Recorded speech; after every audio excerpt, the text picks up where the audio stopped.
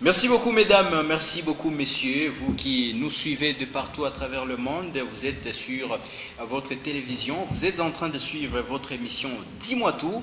Aujourd'hui, nous allons parler de l'actualité politique de la République démocratique du Congo avec un nouvel invité.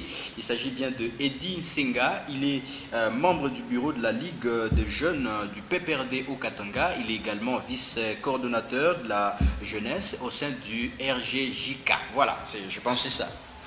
Et nous devons apporter une petite modification, membre du bureau de la Ligue de jeunes urbains Lubumbashi. Ah, voilà. Bienvenue sur ce plateau. Merci, monsieur Chéri. Vous vous portez très bien? Oui, très bien. Voilà. Alors, avec vous, nous allons parler de la santé, n'est-ce pas, au sein du PPRD, mais également des 18 ans, n'est-ce pas, de Joseph Kabila Kabange, hein, n'est-ce pas, il était président de la RDC pendant 18 ans. On va essayer un peu de survoler là-dessus. Nous parlerons aussi de ce prétendu coup d'État orchestré en République démocratique du Congo, et aussi le bilan de Félix-Antoine Tshisekedi Tshilombo, 3 ans au pouvoir. Je pense que ça va avec ce sujet. Oui, ça va. Comment se porte le PPRD? Le PPRD se porte merveilleusement bien. Oui, ça va. Et ici, dans la ville de Lubumbashi? Oui, ça va. Dans la ville de Lubumbashi, le PPRD se porte bien. Oui. Mais vous n'avez pas de coordonnateur, vous n'avez pas de coordonnateur provincial. C'est Kiaboula qui était coordonnateur provincial, il est parti à l'Union Sacrée. Après le départ du fédéral Kiaboula, nous avons Maman Virginie Tamba, le CFA, il est là, il dirige bien le parti et tout va bien. Voilà. Alors le parti cher à Joseph Kabila se porte très très bien dans la ville de Lubumbashi. Alors on va parler un peu de ces 18 ans que Joseph Kabila a passé à la tête du pays. Comment vous avez jugé ça? Merci beaucoup, M. Jules. Peut-être vous nous accordez aujourd'hui l'occasion d'éclairer un peu les zones d'ombre. Oui, parce qu'on pense que Kabila a mal géré le pays. Voilà, qui existe autour de ces 18 ans, qu'on attribue peut-être à tort et à travers Joseph Kabila, avec beaucoup de fabulés dessus. Vous savez, Joseph Kabila prend le pouvoir en 2001, le 26 janvier 2001, dans les conditions les plus tristes.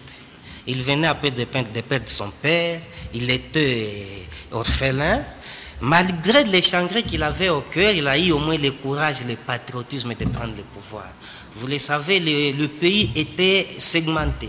Le pays était amorcelé. Il y avait Jean-Pierre Bemba qui avait sa fraction. Il y avait le Roubero et consorts qui avaient aussi leur fraction de côté. Mais lui, lorsqu'il s'est assis sur le fauteuil présidentiel, aussitôt, il a amorcé le processus de la réunification du pays. Voilà, pour aborder le bilan Kabila de ces 18 ans, il faut l'aborder selon les temps et selon les priorités. De 2001 en 2004, la priorité c'était de réunir les pays, la réunification du pays. La chose qui a été faite, nous sommes arrivés en 2004, Joseph Kabila est parvenu à mettre sur une même table les anciens adversaires qui étaient devenus ses collaborateurs. Et on l'a appelé, et cette réussite lui a valu le nom de l'artisan de la paix. Vous savez que ce nom ne venait pas en vain, c'était un succès, c'était une réussite. L'artisan de la paix. Voilà, l'artisan de la paix. Et nous sommes arrivés en 2004, la priorité. Donc là, nous avons entamé le processus de la transition. Avec une priorité de nous organiser les élections dans 2 ans. Dans 2 ans, exact. Ils ont partagé le pouvoir avec ces 4 collaborateurs.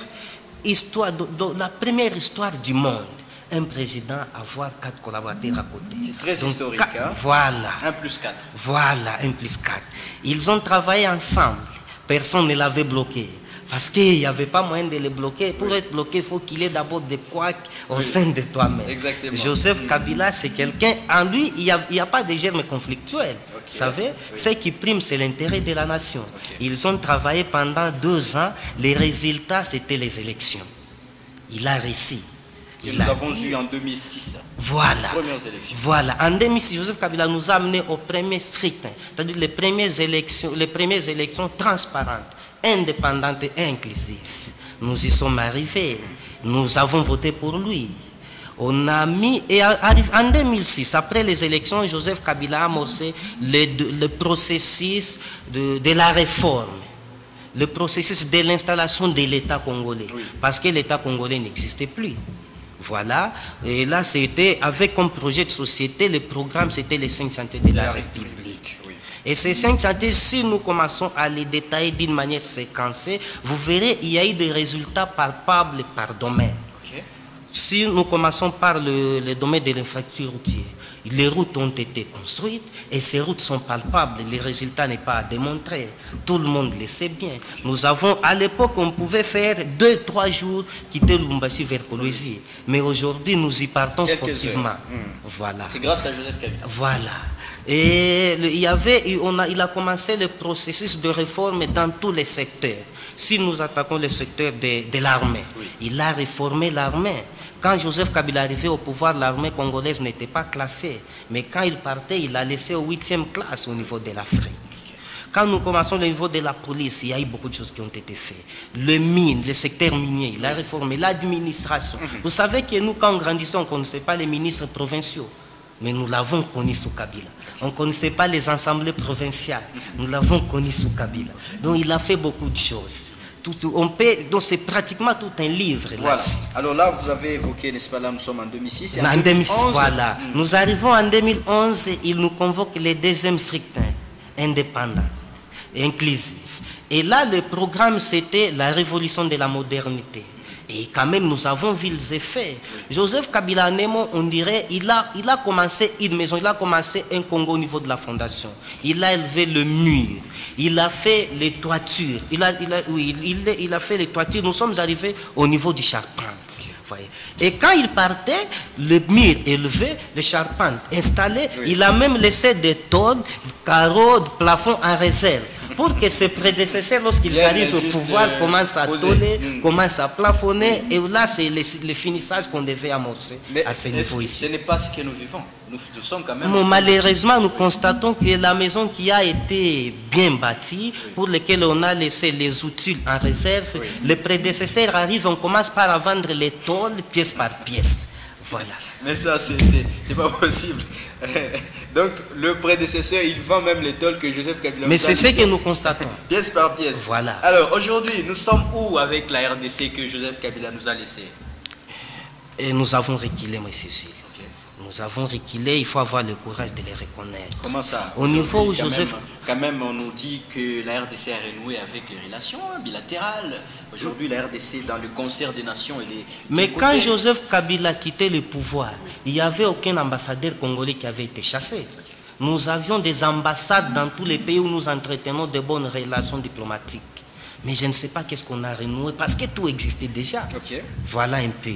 Et j'ai dit, quand le Joseph Kabila il a laissé une administration qui fonctionnait. Il y avait des institutions qui étaient installées à tout le niveau. Mais qu'est-ce qu'il n'a pas laissé alors? Alors, est-ce que vous avez été déçu par la manière dont Félix Tshisekedi a dissous la coalition FCC-Cash? Bon, nous n'avions pas été... Comme Congolais, oui, mais ce n'était pas une surprise pour nous. Parce que ça s'est présenté, on le voyait déjà. Nous connaissons que dans le camp de nos partenaires, les germes conflictuels, il existent. Voyez même de la manière dont ils se comportent dans leurs propres maisons, comment on pouvait être surpris. Voilà. Mesdames et messieurs, vous êtes en train de suivre votre émission Dis-moi tout. Aujourd'hui, je reçois Edine Senga, qui est en tout cas membre du bureau de la Ligue des jeunes du PPRD au Katanga. Il est également ville de Lubumbashi, bien sûr. Il est également vice-coordonnateur de la jeunesse RGJK, n'est-ce pas, qui est en tout cas le rassemblement de la génération Joseph Kabila, qui est chapeauté par l'honorable Félix Kabange-Numbi Mukwampa. Alors, le pays avance avec Félix-Antoine Tshisekedi Tshilombo. Aujourd'hui, nous sommes à 3 ans qu'il a pris les affaires en main. Le bilan pour vous, il est positif? Bon, pas seulement pour moi, mais pour l'opinion congolaise tout entière. Le bilan est tellement négatif et mitigé. Comment ça? Signalons nous avons que quand même la gratuité de l'enseignement. La gratuité de l'enseignement, est-ce que nous avons des écoles publiques? Pour parler de la gratuité de l'enseignement, il faut savoir que nous avons des écoles publiques. Voilà. Il faut d'abord évaluer les besoins avant de pouvoir pallier à cette question. Mais le président était dans l'espace Kassai. On lui a posé cette question quand il a parlé de la gratuité. On a dit, mais il n'y a pas d'école. mais cette gratuité va se faire où? Vous voyez un peu ça. Donc, et dans la gestion d'une affaire publique, on n'y va pas et vaille que vaille. Il faut des études, il faut une planification. Voilà un peu. À quel niveau Félix Tshisekedi a échoué? Il n'a pas de bons collaborateurs? Signalons quand même, on ne doit pas aller rapidement dire que le président a échoué. Il faut signaler parce que nous devons aller avec les faits. Allez-y. Quand le président Félix est arrivé au pouvoir, si nous commençons dans le secteur de la fiscalité, il a trouvé les pays avec un portefeuille de plus ou moins 720 grandes entreprises, contribuables sur les plans impôts et taxes. Il a trouvé les pays avec plus ou moins 12 000 moyennes et petites entreprises contribuables sur les plans impôts et taxes, avec plus, vous savez que tout Congolais d'abord c'est un entrepreneur, c'est un acteur politique. Nous avons de kiosques, nous avons de câbles, avec plus ou moins 45 millions de micro-entreprises. Vous voyez, donc il a un bon portefeuille bien bombé sur lequel on pouvait se faire de l'argent. Il est venu, il a trouvé des réserves de plus de 2 milliards de dollars. Il a trouvé les institutions bien installées, commençant par la présidence, un secrétariat général à la présidence, l'administration, dont le personnel d'appoint, les conseils personnels politiques, tout était bien installé de ses côtés, au niveau de l'Assemblée nationale également, au niveau du Sénat également, au niveau du gouvernement également. Descendons dans nos provinces, il y avait les gouvernements provinciaux dans chaque province, il y avait une assemblée provinciale dans chaque province, il y avait de mairies, il y avait de communes, de territoires, de quartiers, voilà un peu. Et c'est ça, c'est-à-dire, ici nous tenons à signaler que le président Tshisekedi, il est le seul de tous les présidents congolais, au moins qui aurait trouvé les conditions minimum réunies pour démarrer et pour amener le pays à un niveau le plus escompté, voilà un peu. Mais malheureusement, nous constatons que ça n'a pas été. Ça n'a pas été à un niveau pour faire le bilan de quelqu'un, pour faire le bilan d'un leader, d'un homme politique. Il faut mettre en exergue ces différents bilans à des différents niveaux de ses responsabilités. Exactement. Parce que même la Bible le dit, pour que quelqu'un soit pasteur dans une église, on va d'abord la gestion de sa famille. C'est ça. On ne peut pas avoir un pasteur qui est divorcé, qui a une mauvaise vie. Voilà, quand on voit ce qui se passe à l'IDPS aujourd'hui, vous voyez, quand on voit le bilan qu'on vient de nous présenter à l'Union africaine, je vous apprends que hier, le président Macky Sall venait d'annuler la décision. Avec Israël. Voilà, on voit un peu ça. Et quand on voit maintenant ce qui se passe au pays, mais on s'est dit, il y a un problème. Le problème, ce n'est pas les collaborateurs.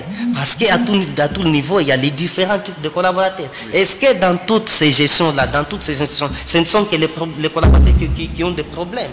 Donc le problème n'est pas là. Alors, le problème, c'est Fachi lui-même. Bon, je ne dirais pas ça, bon, je ne sais pas. Il faut voir, nous sommes en train de faire le bilan. Voyons les différents types. Exactement. Voilà un peu. Alors, le président Félix, n'est-ce pas, Tshisekedi, qui a pris le pouvoir depuis le 24 janvier 2019, n'est-ce pas, quand il recevait, n'est-ce pas, de main de Joseph Kabila ces drapeaux-là, symbole du pouvoir que l'ancien président lui donnait, il a commencé par le projet des 100 jours, où on a vu Vital Kamerhe, son directeur de cabinet, prendre la place pratiquement du Premier ministre. Et comment vous avez trouvé, n'est-ce pas, d'ailleurs, ce projet même-là, avant qu'on arrive au projet de Chile-Gelou? Merci, monsieur Gilles. Donc, la gestion d'un système, la gestion d'un État est pratiquement comparable à la gestion d'une société, à la gestion d'un système, la gestion d'une organisation. La gestion d'un système, d'une organisation, d'une société, c'est fait sur base de prescrits, des tests, des lois, ce qu'on appelle autrement les règlements d'ordre intérieur. À l'Église, c'est la Bible, mais quand on parle de l'État, c'est la Constitution. Est-ce que la Constitution permet au chef de l'État d'élaborer un programme? Non, c'est au Premier ministre d'élaborer ça. C'est ça de présenter, de soumettre à la au Parlement. Parce que le président est non répondant devant le Parlement. Comment peut-il élaborer un programme? Nous avons vu son DIRCAB. Est-ce que le DIRCAB a une signature à lui seul? Tout ce qu'il disait, tout ce qu'il faisait, il faisait au nom du chef de l'État. Copie pour information à son excellence avec les hommages les plus différents. Mais pourquoi s'acharner sur Kamerhe? Voilà Donc pour vous, c'est même le processus c'était un acharnement. D'abord le programme là, le programme lui-même c'est un problème. Okay. Parce que le président de la République n'est pas habilité à avoir à faire un programme. Le programme, celui qui dirige la politique de la nation, c'est le gouvernement, chapeauté par le Premier ministre. C'est celui qui est le répondant du peuple à travers nos parlements. Voilà un peu. Voilà, on voit quand même que Joseph Kabila est en train de parcourir le monde, hein, n'est-ce pas? Vous le voyez là avec une coupe à la main. Mais oui, dire qu'il profite un peu de sa jeunesse. Mais oui, certainement, c'est quand même un jeune. Oui. Il a passé toute sa vie stressé, les 18 ans au pouvoir avec la charge d'une nation comme la RDC. Oui. C'était stressant du jour au jour. Voilà qu'aujourd'hui, il n'a plus cette charge-là. Il ne peut que prendre de l'heure. Celui que vous appelez affectueusement docteur. Oui, il est docteur à thèse, vous le connaissez. Vraiment. Alors, le projet, n'est-ce pas, 100 jours a échoué. Et le président Tshisekedi va encore reprendre un autre projet, Tshilé-Gelou. Encore un autre programme, un autre problème. Oui. Encore un autre problème. Nous avons les gouvernements Samadou Kondela. Oui. Mais comment le président prend les programmes? Et l'argent pour financer ce programme, d'où viendrait ça? Parce que celui qui élabore le budget, c'est le gouvernement. Mais comment lui peut prendre? C'est pourquoi le plus grand problème aujourd'hui, c'est pourquoi une certaine opinion dit qu'il y a un gouvernement parallèle à la présidence. Avec tous ses conseillers. Mais oui. Qui sont évalués à plus de 1000. Du fait qu'il y a déjà un programme à la présidence, c'est un problème. Okay. Le programme, c'est au gouvernement. Oui. Voilà un peu le problème. Donc même Sam n'a pas les mains libres pour diriger. Mais clairement, ça se voit. Clairement, ça se voit. Il est là, certaines choses l'échappent. Parce qu'il y a un gouvernement parallèle à la présidence. Entre Joseph Kabila qui a dirigé 18 ans et Félix qui est juste à sa 3e année, n'est-ce pas, sur le plan social, comment vous trouvez? Sur le plan social, laisse-moi vous dire qu'il y a un problème là, c'est ça, même l'échec le plus puissant de ces régimes. Comment ça? Dans 3 ans, la bouteille d'huile végétale est passée de 1500 à 3500. Les bidons de 5 litres est passé de 12 000 à 27 000. Oui. Le transport est passé de 500 à 1000 francs, 1500, 2000 selon les tronçons dans 3 ans. Le kilo de Thomson est passé de 1700 à 4500 dans 3 ans. Oui. Mais c'est un problème déjà. C'est un problème. Et donc, Félix Tshisekedi ne fait pas une bonne gestion sur le plan socio-économique. Mais nous n'avons pas vu l'efficacité. Oui. Nous n'avons pas vu l'efficacité de la gestion de nos présidents. Jusque-là, on n'a pas encore vu. Oui. Il y a lieu de lui faire confiance en 2023. Est-ce que lui-même pourra prendre le courage de postuler encore? Mais exactement, il avait déjà dit ici à Lumbashi qu'il sollicite auprès de Louchoua un deuxième mandat. Si vous suivez, c'est dur quand il était ici, oui. Il était en train de forcer. Si tout va bien, je pourrais revenir. Oui. Mais ça se montre que ça ne va pas bien. Okay. Moi, je pense que pour le président Félix, la façon de quitter le pouvoir d'une manière honorifique est de faire comme François Hollande. Okay. Un seul mandat. Mais oui, c'est pas sorcier. Mais oui. Néanmoins, là, il quitte parce que voyez seulement ce qui se passe, mon frère. Oui. Pourquoi pourra-t-il solliciter un autre mandat? Il n'y a pas de raison. Voilà. Alors, sur le plan sécuritaire, comment vous trouvez la guerre? Le président avait promis qu'il y aura fin de la guerre à l'Est. Mais jusqu'à aujourd'hui, ça continue. Là, c'est un autre échec. Mais ça continue, oui, comme vous venez. Il y a des tueries, il y a des massacres du jour au jour du côté Est. Là où il avait même promis d'installer son QG là-bas, la présidence. Jusque-là, peut-être on est en train encore de construire, on ne sait pas. Peut-être on construit encore les bureaux pour y installer la présidence, on ne sait pas. Mais nous constatons quand même des tueries et des massacres qui continuent du jour au lendemain. Alors, les sangs coulent de ces côtés. Alors, quelle doit être la responsabilité de la population? Parce que le tableau que vous venez de peindre est vraiment sombre. La responsabilité de la population doit être comment? Notre responsabilité est à la fois individuelle que collective. C'est dans les urnes. C'est lorsque nous serons conviés à prendre les décisions les plus importantes pour ce pays. Voilà, on va sanctionner. Il est clair, qui est ce Congolais qui se retrouve aujourd'hui dans ces régimes? Personne. Donc, les opérateurs économiques, les citoyens lambda comme nous autres, les hauts dignitaires, personne ne se retrouve. Voilà, nous allons réserver une sanction de non-recevoir. Et bon, comme il est déjà clair que lui-même ne pourra plus se représenter. Non, voilà. il n'a pas dit, c'est vous qui voulez forcer que Félix ne puisse pas se présenter. Mais oui, nous sommes ses électeurs. Il y a quand même ceux qu'on appelle les combattants qui sont en train de vous suivre, qui, eux, ne veulent pas entendre ça. Hein. Ces combattants sont des Congolais comme moi. Oui. Ce que moi je suis en train de vivre et les vivre aussi. D'ailleurs, de plus en plus chez eux. Le président Tshisekedi, reconnaissons que l'IDPS c'est le parti qui a beaucoup milité, qui a beaucoup lutté dans ce pays. L'IDPS a laissé des orphelins, a laissé des handicapés. Oui. Mais aujourd'hui ces gens ne se retrouvent pas. Pouvez-vous me citer 5 ou 10 cas seulement de l'IDPS congolais, l'IDPS national, qui sont aujourd'hui aux affaires? Ils se plaignent, hein, ils pensent que c'est la diaspora qui a... Mais voyez-vous, nous avons un fédéral de l'IDPS Grand Katanga qui n'a pas de travail. Mais comment il se retrouve alors? Il n'a pas de travail. Mais oui. Donc, vous voyez que l'UDPS est venu, les gens ont combattu, les gens ont milité pour ces partis, ils ont eu du pouvoir. Mais aujourd'hui, les gens qui se retrouvent, ce sont ceux qui viennent de la diaspora. Nous avons des amis de l'UDPS avec lesquels nous parlons dans nos différents forums. Mais ils se plaignent. Ils se plaignent. Les autres disent que ce pouvoir n'est pas de l'UDPS. Parce qu'ils ne se retrouvent pas. Donc le bon moyen pour le président Félix Tshisekedi, c'est de donner du travail à la population. Mais je crois que c'est déjà tard. Il reste qu'une année. Oui. Mais comment, quand est-ce le fera-t-il? Il peut créer certaines entreprises et engager la population. Ou même, on voit quand même le processus de pension, hein, n'est-ce pas? Il y a des pensions qu'on va donner à beaucoup de fonctionnaires de l'État. On pourra quand même prendre tous ces gens-là et les engager. Bon, à toute objectivité, s'il le fait, on va applaudir pour lui. Toutefois, c'est un Congolais, c'est un président congolais. Mais nous constatons qu'il y a plus de dire que de faire. Voilà un peu. Oui. Voilà, alors on va à la dernière, quand je vais vous accorder la parole, vous allez lancer un message à la population par rapport au scrutin de 2023 pour que chacun puisse prendre sa responsabilité, soit c'est voter pour, soit c'est voter contre. On n'est pas encore à l'ère de la campagne électorale, mais vous avez quand même suivi cette histoire ici on ne sait pas si c'est un faux coup d'État. Le coup d'État en République démocratique du Congo, comment vous avez appréhendé un peu ça? Monsieur Gilles, où a-t-on déjà vu une seule personne organiser un coup d'État? Mais depuis que Fantomas a été arrêté, mais jusque-là on ne cite pas de complices. Oui. Mais c'est quoi ce coup d'État qui a été organisé par une seule personne? Il est en pleine audition, il va citer les gens. Un autre problème là, pourquoi on ferait un coup d'État et qu'il ferait et pour quel gain?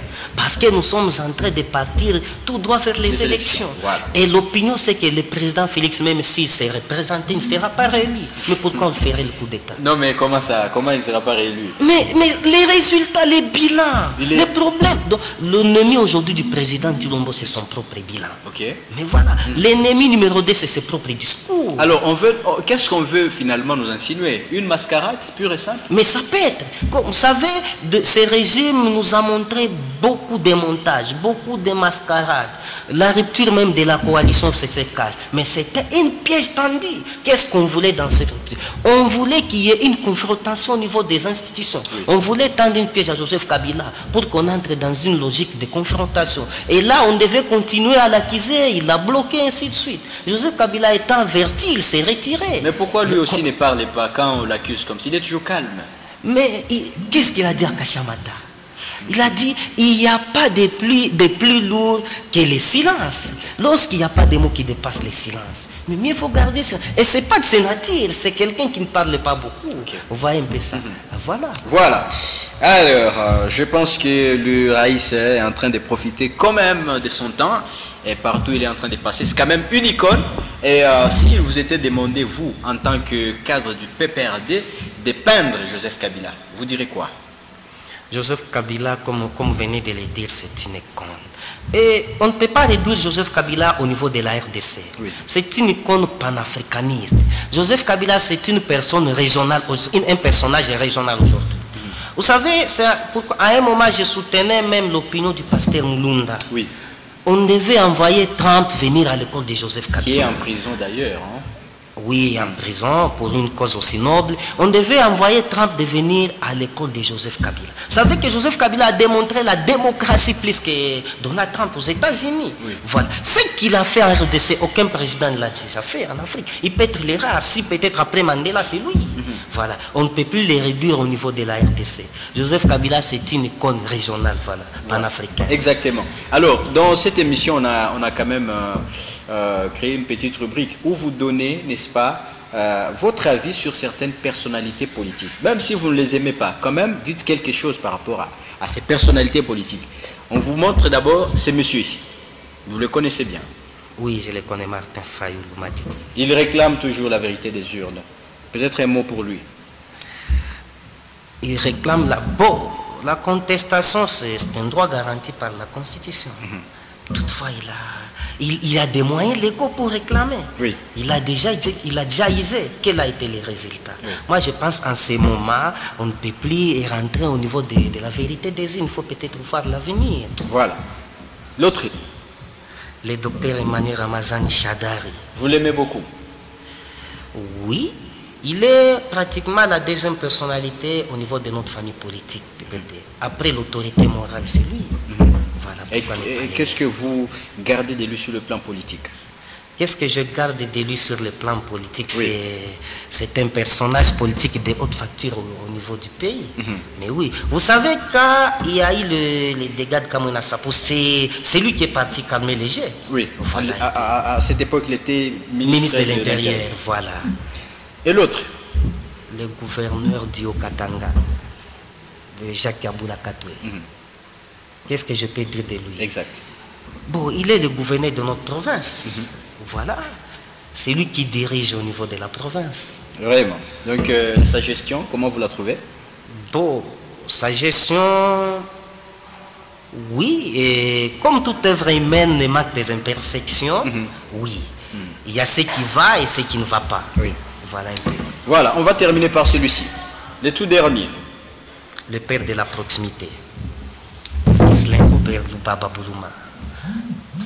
Qu'est-ce que vous gardez de lui? C'est un rassembleur. Okay. C'est un pacificateur. C'est quelqu'un qui a eu à maîtriser la quiétude dans la ville de Lubumbashi. Vous savez, ce n'est pas facile de gérer cette ville avec cette faute démographique, avec ces multicultures dans cette ville. C'est une ville où il y a la présence la plus forte de plusieurs partis politiques, de plusieurs communautés. Mais néanmoins, il a su maîtriser. Il a su maîtriser la paix, la quiétude dans la ville de Lubumbashi. C'est quelqu'un quand même pour qui on peut jeter des coups de flair. Vous regrettez quand même qu'il soit suspendu? Mais oui. On regrette qu'il soit suspendu. Parce que, vous savez, en administration, on n'y va pas tout droit vers la sanction, vers la suspension avant d'attendre quelqu'un. Oui. On devait l'attendre. Voilà un peu. Il devait d'abord rappeler à Kinshasa, il devait y aller, qu'il soit entendu. Et peut-être s'il y avait nécessité qu'il y ait des décisions de la suspension après. Mais pourquoi on est parti tout droit vers la suspension avant qu'il ne soit entendu? Voilà.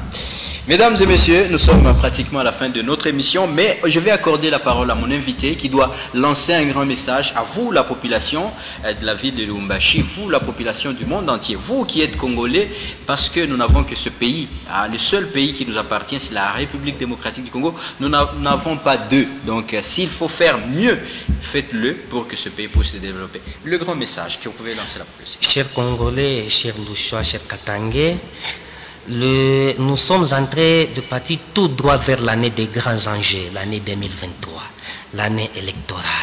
C'est l'année des grandes décisions. C'est nous qui avons le pouvoir de mandater qui allons nous représenter au niveau d'abord de l'hémicycle national, au niveau de l'Assemblée provinciale, au niveau du Sénat. Donc ce n'est plus question pour le moment de voter pour les gens qui doivent partir à Kinshasa et aller se faire vendre à des prix de palissade. Quand même, c'est honteux. Nous devrions voir pour qui voter, au niveau même de nos députés, les députés provinciaux, les députés nationaux. Voilà un peu ça. Donc, c'est l'année de nos responsabilités. Nous devrions réfléchir à deux fois avant d'accorder à quelqu'un sa voix.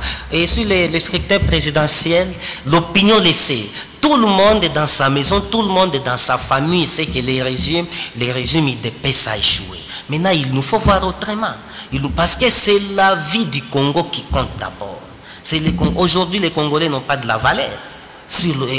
En Afrique et même dans le monde. Pourquoi nous ne sommes pas bien dirigés? On voit un peu ça. Donc c'est à nous de prendre les décisions judicieuses pour que nous puissions reprendre la valeur, pour que les pays puissent décoller. Voilà un peu. Monsieur Eddy, merci d'être venu sur ce plateau. Je vous remercie, monsieur G. Voilà, c'est pas la dernière fois. Hein. Donc vous et moi, nous venons de signer un mariage, n'est-ce pas, où chaque fois qu'on a besoin de vous, on va commencer à vous appeler. Sans problème, nous sommes disponibles. Surtout, nous voulons éclairer l'opinion. Exact, surtout sur ce point, c'est très important. Merci. Merci mesdames, merci messieurs, vous tous qui nous avez suivis. Merci à Raphaël, merci à Christian pour la mise en onde. On se retrouve très très prochainement. Bye bye. Merci.